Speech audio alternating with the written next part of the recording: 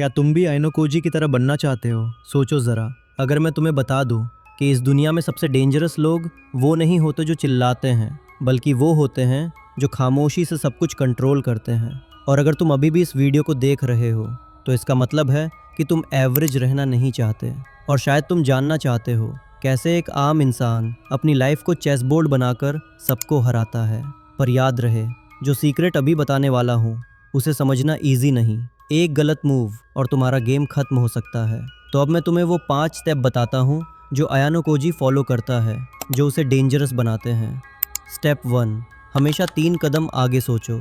आम लोग सिर्फ नेक्स्ट मूव के बारे में सोचते हैं, स्मार्ट लोग नेक्स्ट 2 मूव सोचते हैं, और डेंजरस लोग वो हर चेन रिएक्शन को दिमाग में देखते हैं। तुम कुछ बोलने जा रहे हो? रुको, पहले सोचो, इस बात का तुरंत इफेक्ट क्या होगा, सामने वाला कैसे रिएक्ट करेगा, उसके रिएक्शन का फ़ायदा मैं कैसे उठाऊंगा। ज़िंदगी एक चेस बोर्ड है, और अगर तुम सिर्फ अपनी चाल पर फोकस कर रहे हो, कोई और तुम्हें मोहरे की तरह यूज़ कर रहा है। जो 3 कदम आगे सोचता है वो कभी ट्रैप में नहीं फंसता, और जो लोग अभी तुमसे आगे सोच रहे हैं वो ऑलरेडी तुम्हारे अगेंस्ट प्लान बना चुके हैं। स्टेप 2, इमोशंस कंट्रोल करो। खुद को कभी रिवील मत करो।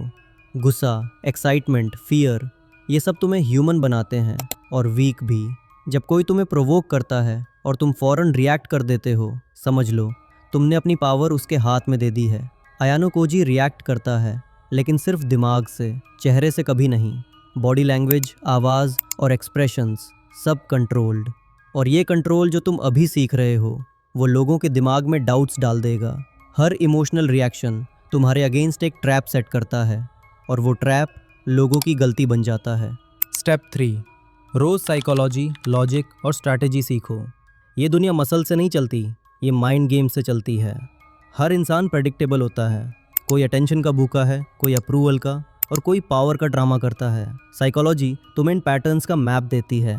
लॉजिक तुम्हें इमोशनल ट्रैप से बचाता है, और स्ट्रैटेजी तुम्हें जीत सिखाती है। आयानो कोजी ज़्यादा बोलता नहीं, क्योंकि वो ज़्यादा ऑब्जर्व और एनालाइज करता है। तुम जितना कम बोलोगे उतना ज़्यादा लोग अपनी असली शक्ल दिखा देंगे। Step 4, observe everyone, reveal nothing. सब अपनी कहानी सुनाना पसंद करते हैं, अपनी वीकनेस, अपने प्लान्स, अपनी इनसिक्योरिटी, और तुम्हारा काम सिर्फ इन्हें सुनना और एनालाइज करना है। कभी अपना फुल प्लान रिवील मत करो, कभी अपनी नेक्स्ट मूव मत दिखाओ, और कभी अपना असली दिमाग किसी के सामने मत लाओ। आयानो कोजी हमेशा लास्ट कार्ड हिडन रखता है जब तक गेम खत्म नहीं होता। मिस्ट्री ही असली पावर है। जो समझ नहीं पाएगा वो मैनिपुलेट हो जाएगा, और तुम बस वॉच करोगे। एक छुपी हुई चाल पूरे गेम का आउटकम फ्लिप कर सकती है, और किसी को नोटिस भी नहीं होगा। Step 5, physical stamina equals mental stamina. Weak body, weak mind. Simple, अगर तुम्हारी बॉडी वीक है तो तुम्हारा दिमाग भी प्रेशर में फेल हो जाएगा। अपने आप को रोज़ ट्रेन करो। जब बॉडी पेन टॉलरेट करना सीख जाती है, माइंड भी एक्सट्रीम सिचुएशंस में क्लियर और कैलकुलेटेड सोचता है।